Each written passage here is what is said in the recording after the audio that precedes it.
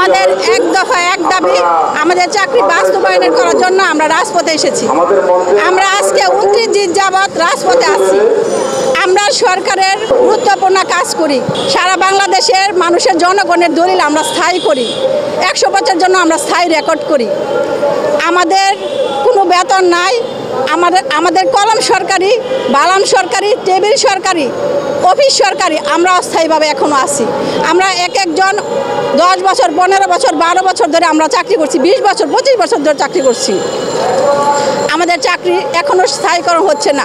আমরা 16 সালে এসেছি, আমরা 13 সালে এসেছি, আমরা বিভিন্ন সরকার মাননীয় প্রধানমন্ত্রী শেখ হাসিনা থাকা অবস্থায় আমরা বহুবার এসেছি, কিন্তু আমাদেরকে মৌখিক আশ্বস্ত করে ফেরত দেওয়া হয়েছে, আমাদের চাকরি জাতীয়করণ করা হয় নাই।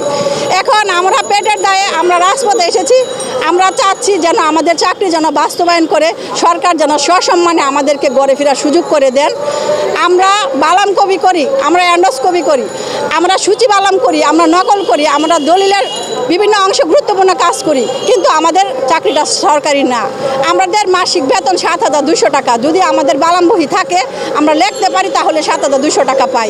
আমরা যদি না লিখতে পারি, তাহলে আমরা টাকাটা পাই না। তাহলে আমরা প্রত্যেকটা শিক্ষিত জাতি, প্রত্যেকে অনার্স মাস্টার্স ইন্টার পাস, আমরা কেন এভাবে রাজপথে পড়ে থাকবো? আমরা কীভাবে অস্থায়ীভাবে পড়ে থাকবো?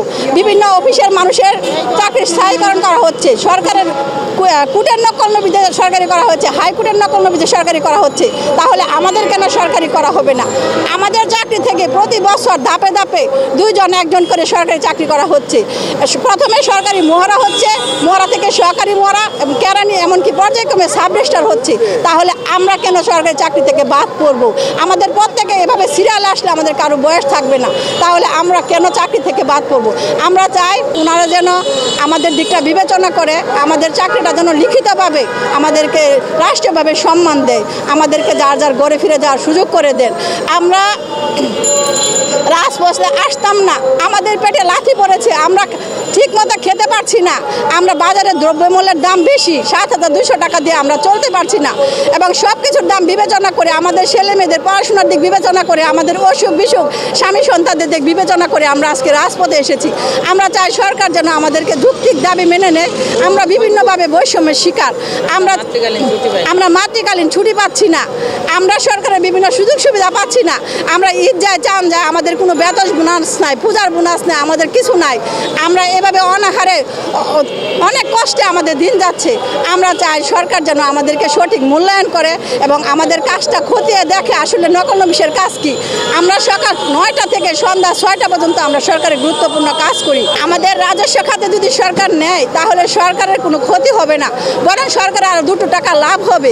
কারণ প্রতি বছর আমরা সরকারকে 13,000 কোটি টাকা দিচ্ছি, বিনিময়ে আমরা কিছুই পাচ্ছি না। শুনেছি আমাদের 36 টাকা বালামের পেজ হয়েছে, কিন্তু আমরা এখনও 36 টাকা পাই নাই, কারণ আমাদের বিভিন্ন জেলায় বালাম নাই, বিভিন্ন অফিসে বালাম নাই, আমরা এখনও 24 টাকা হারে পাচ্ছি।